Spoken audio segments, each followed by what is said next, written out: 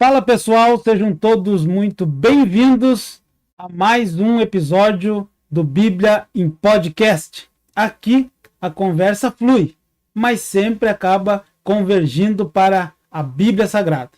E para a conversa de hoje, nós temos aqui um decano da Igreja Brasileira e será uma conversa muito interessante. Seremos muito edificados, eu creio, com esta conversa. O convidado de hoje é o pastor Paulo Canuto, 71 anos, natural do Rio de Janeiro.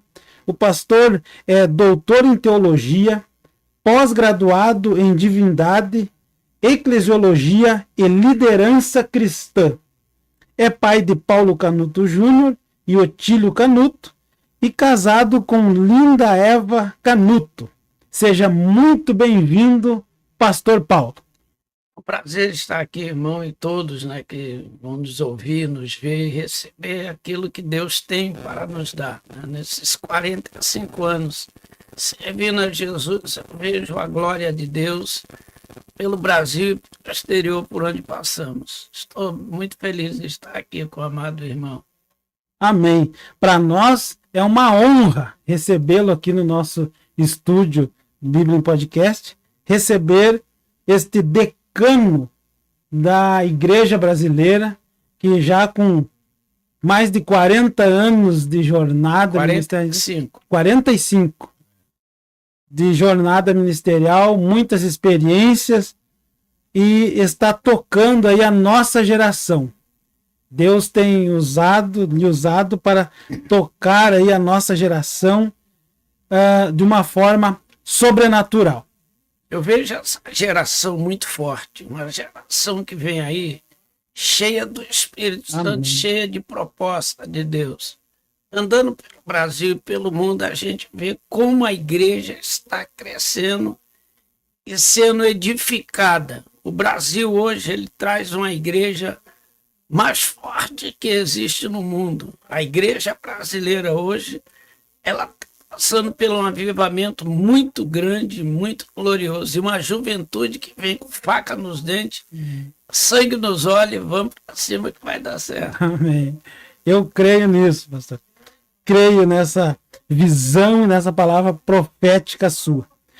Pastor, eu tenho aqui alguns livros seus, e eu gostaria de apresentá-lo. Não se faz necessária a apresentação dos seus livros, mas eu gostaria de apresentá-lo e gostaria que o senhor comentasse, falasse um pouquinho de cada um deles. Ontem eu peguei esse livro e ontem eu já dei uma papirada nele, me chamou muita atenção sobre o tripé do crescimento, do crescimento, né? Crescendo no sobrenatural. Minha observação, eu preciso melhorar nesse quesito, oração, e preciso desenvolver o quesito jejum. O que o senhor tem para nos falar a respeito desse livro? Esse é um livro que eu escrevi, ele é a minha vida. A minha experiência com Deus de viver 45 anos em oração, jejum e leitura bíblica. Então é um livro que te leva a dar uma luz como crescer e atingir o sobrenatural através desse tripé: palavra, leitura, meditação, oração, clamor, súplica, jejum, no campo geral daquilo que a Bíblia diz. É um livro de crescimento. Muito bem. E esse anjos, seres sobrenaturais que se movem no natural. E eu escrevi esse livro tem uns 2 meses. Esse é o mais recente, né? É o recente. Eu escrevi porque a igreja precisa entender o que é viver o sobrenatural com os anjos. Cara, muitas guerras que eu guerreio não deveria guerrear, os anjos que deveriam guerrear. E a gente acaba tendo um exército de anjos e não colocamos os caras à prática. A nosso respeito, diz a Bíblia. A nosso respeito, eles estão liberados para atender aqui dentro, agora, lá fora. Eles estão aqui. Eu escrevi para trazer uma luz melhor para a igreja. No nome de Jesus. Um entendimento mais claro a respeito, porque há muita confusão também, né? Eu escrevi um livro bem didático, bem bíblico. Uhum. Tudo que a Bíblia diz, nada fora da Bíblia. Sim. O pessoal tem um cuidado, um temor, vamos dizer assim, por falta de um esclarecimento melhor, né? O medo de adorarem a anjos e tal, toda aquela retórica, né? Tudo isso aí, irmão, é que colocaram na cabeça do povo. Os anjos por si não aceitam adoração. Então eu digo que o que são os arcanjos, da linhagem de Miguel, Gabriel Anunciador, de Miguel Guerreiro, que é um querubim, guardião das coisas de Deus, das nossas coisas, que é um serafim, um anjo que sobrevoa o ambiente, purifica o ambiente, e os anjos comuns que estão em todo lugar para nós. Então é muito importante isso. Interessante. Também gostei desse tema aqui. E o famoso tudo começou assim, o sobrenatural. Aí é os mistérios, né? Quando eu me converti há 45 anos atrás, Jesus me levou no reino celestial e me fez ver coisas sobrenaturais, mas sobrenaturais mesmo. Portão se abrindo e eu não sabia ler nem escrever. Jesus começou a me ensinar a ler e escrever. Durante 3 anos e meio eu estudei com Cristo, está nesse livro. História muito interessante. E o portal do meio-dia, pastor? Mundo espiritual ativo. Mundo espiritual ativo, exato. O meio-dia é um livro. Nós temos 7 horas na luz da Bíblia, que são horário de oração, meia-noite, 3 da madrugada, 6 da manhã, 9 da manhã, 12 horas, 15 horas e 18 horas, está na Bíblia. Mas meio-dia sobressai, porque meio-dia a sombra muda de lado. Ao meio-dia você não tem sombra, a Bíblia diz lá em Isaías 16:3. Naquele momento você não tem sombra. Então a sombra que estava de um lado vai mudar para o outro. Como que ela muda? Quais os benefícios que ela pode trazer, os malefícios? E o dia vira ali. Então a virada do dia, a hora que Cristo venceu no Calvário, ao meio-dia. Então é interessante demais. Muito interessante. Eu não vou querer me estender aqui, mas eu me identifiquei muito com esse livro, com todos na realidade. Esse que o senhor conta, que eu acredito que é também na sua biografia, né? Também um pouco da sua biografia. Por quê, pastor? Como eu vinha lhe falando no caminho, eu tinha uma mãe que era uma heroína da oração. E ela orava em alguns momentos do dia. 3 da madrugada, era comum eu acordar, eu tinha 5, 6 anos e até quando ela viveu, a gente via isso, acordava pela madrugada e ouvia os gemidos da oração dela na madrugada. Meio-dia, chegar em casa, ela tirava um tempo para orar. Esses horários que o senhor falou, isso me chamou a atenção. Eu não quero me estender nisso porque não sou eu o foco, é o senhor. Mas por isso que eu me identifiquei muito. Livro, ele nasceu meio-dia, eu estava na Itália, em Palermo, na ilha da Sicília. Jesus falou comigo assim: Paulo, você quer trazer um avivamento para essa ilha? Eu falei: eu quero. Então eu jejua 40 dias. E no dia 35, 35º dia, Jesus chegou e me deu uma aula sobre meio-dia. Meio-dia assim. E aí te entregar essa cidade em tuas mãos, e entregou. Viu só? Saí de lá, deixei uma igreja com 3.500 membros. Em Sicília, na Itália. Itália, Palermo. Que maravilha, né? Pastor, o que foi ontem, pastor? O que foi ontem aquele culto? Eu confesso que eu custei dormir. Cheguei em casa e fiquei impactado lá, fui quebrantado, fazia um bom tempo que eu não era renovado no espírito como fui ontem à noite, falei em línguas, foi uma glória de Deus, coisa extraordinária. O senhor falou ontem sobre legado. Legado. Isso falou muito comigo. E eu acredito plenamente, não só comigo, né? Com todos. O senhor abordou aquele assunto. Se o senhor puder colocar alguma coisa a respeito. O senhor trouxe a história do Timeu. Do Bartimeu. A história do Timeu, na realidade. Pai do Bartimeu. Ali é uma coisa que, assim, eu lendo a Bíblia, no meu jeito de ler, eu vi lá Timeu. Bartimeu, filho de Timeu. Para pesquisar a história e saber quem era aquele cara. E descobri que ele era um general, comandante do exército de Israel, estava alocado em Betel. Mas era um homem muito justo, muito íntegro, e de muita fé. E doutrinava a família na palavra de Deus. Então esse cara deixou um legado. O legado restaurou o filho dele. Deixou a família abençoada na terra. Então é muito importante isso. Muito interessante. Falou muito conosco lá sobre legado. E também a história, né, do Timeu, muito interessante. Que veio nos agregar aí no conhecimento da história do Timeu. Pastor, eu gostaria que o senhor falasse um pouco sobre como foi a sua conversão, a sua experiência da conversão.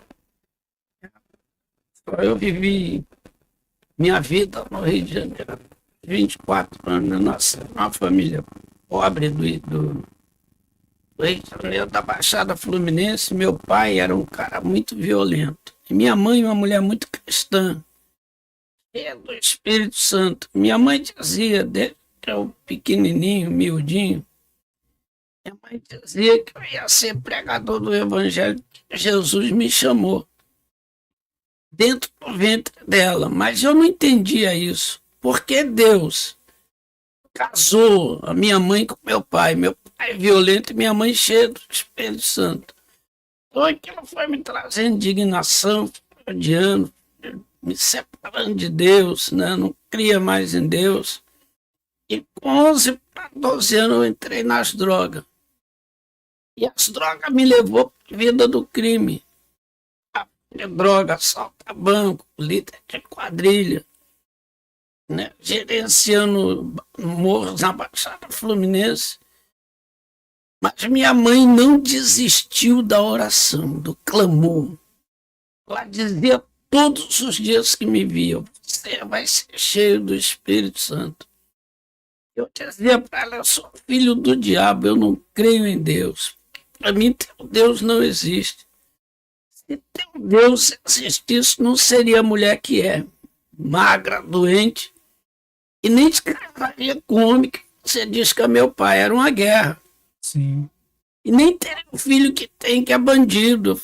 A minha mãe, ela olhava para mim e dizia: Paulo, escuta o que eu vou te dizer. Primeiro, não importa se você crê em Deus ou não, importa que eu creio. Segundo, de dentro de mim nem saiu gerado filho do diabo. Ser pregador do Evangelho. Então tudo começou por aí. Ela profetizava sobre a sua vida. Liberava a palavra profética e dizia: eu e a minha casa serviremos ao Senhor. E hoje toda a casa da minha mãe serve ao Senhor. Que maravilha. O senhor, pelo que eu sei, o senhor teve até em centro de recuperação. Quando deu a chamada, né? Uhum. Jesus falou comigo numa rota de bandido. Eu ouvi uma voz do céu dizendo: Paulo, eu não te fiz para andar neste caminho. Levanta-te e vai para onde eu te mandei. Na hora eu fiquei em pé e as armas ficaram no chão. Isso foi dia 28 de abril de 79. As armas ficaram no chão e eu fiquei em pé. E não tive mais capacidade de raciocinar o crime, o assalto. Eu era líder do grupo. Não tive mais, aquela voz me ativou. Sim. E eu larguei as armas no chão, virei as costas e fui embora. E a rapaziada me chamou ainda para meu apelido era PPP e tal. Cara, eu falei, tô abortando essa parada e fui embora. E não tinha como voltar, como você volta para a comunidade. É difícil. Sim, sim. Eu fui para casa da minha mãe, encontrei ela lavando a varanda, brinquei com ela, ela falou bem assim, hoje é o dia D. O Espírito Santo que me revela que hoje é o grande dia da minha vida. Naquele dia eu fui para Maringá, no Paraná. Na cidade de Maringá, e entrei numa casa de recuperação para drogado e ali começou o processo. E ali o senhor teve grandes experiências, aquela que eu já ouvi o senhor falar, que quem lhe ensinou a escrever e a ler e a entender as escrituras foi Jesus. O encontro foi muito forte com Jesus, porque tinha uma rapaziada orando e me chamaram para orar. Cheguei lá, os caras estavam dando gritos, né? Falando uma língua que eu não entendi. Eu falei, isso aqui é paranoia, é lugar de maluco, tô fora. E o cara falou, não, fica aí, carioca, vamos orar. Falei, cara, o que é orar? Ele disse, é falar com Jesus, como fala lá no meio da rapaziada. Eu falei, então tá legal, vou dizer aí, Jesus, não sei qual é a tua. Não sei qual é a minha, o bicho tá pegando torto. Agora resolve a minha parada e eu resolvo a tua. Nesse momento, Jesus apareceu. Como se abrisse um portal e ele apareceu em forma de glória. Colocou a mão na minha cabeça e falou bem assim, Paulo, eu sou Jesus da tua mãe. Eu falei contigo naquele lugar e te trouxe para aqui, te liberto das drogas, perdoa os teus pecados e cura tuas enfermidades. Você vai ser profeta e apóstolo entre as nações, porque eu sou Jesus. E aí começou um processo. Como ele me chamou, vai ser profeta e apóstolo, eu falei, o que é isso? Ser profeta, ser apóstolo. E não sabia ler nem escrever direito. Então eu cheguei e falei, Jesus, eu posso até ser, mas escrever nem ler. Ele falou, vou te ensinar. E começou o processo do ensinamento. Veja só. Eu achei isso bastante interessante, porque o meu pai também, ele não teve muito contato com a escola naquele período. Hoje ele está com 88 anos. Olha aí. E ele veio para a cidade, né? Quando veio da roça para a cidade, e ele não sabia ler nem escrever. Ele aceitou Jesus, teve todo um processo, e ele desejava muito ler a Bíblia. E ele orou a Deus, pedindo que Deus lhe ensinasse. E Deus ensinou ele a ler e a escrever, um homem analfabeto. Aleluia. E ele lia, se tornou um consumidor da Bíblia. Ele lia a Bíblia desesperadamente. E até é muito interessante a forma que ele aprendeu a escrever, porque como ele aprendeu a ler na Bíblia, ele escrevia as letras, essas letras em formato de escritas. Como eu também escrevo assim. E assinava o nome dele daquela forma. Você aprende ali, né? Jesus chegou um período que ele me dava aula escrito na parede. Eu escrevia em hebraico, traduzia para português. Escrevia em grego, traduzia para português. E aramaico, traduzia para português. E eu copiava. Eu copiei 300 escritos. Nossa. Desses que eu consegui receber pela parede escrita. Mas ele me dava muito aula pessoal. Ele falava, por exemplo, abre a Bíblia. Leia. Eu tinha que estudar com Jesus de 3 da manhã a 8 da manhã. 3 da madrugada a 8 da madrugada. 5 horas, todos os dias. Ele pegava a Bíblia e falava, lendo do jeito que você lê. Eu lia tudo embolado, ele falava assim, lê de novo. Um versículo ele me fazia ler 30 vezes. Até eu achar o ponto, a vírgula, o acento. Ele dizia, dentro da letra tem um recheio. E o recheio é um verbo. Se você achar o verbo, você constrói uma frase e a frase exala o aroma no ambiente que você estiver. E eu comecei a achar os verbos, antiverbos, passado, futuro, etc. E comecei a ver como a Bíblia é linda e clara, né? Me explica. E aí eu fui crescendo nesse conhecimento. Extraordinária, né?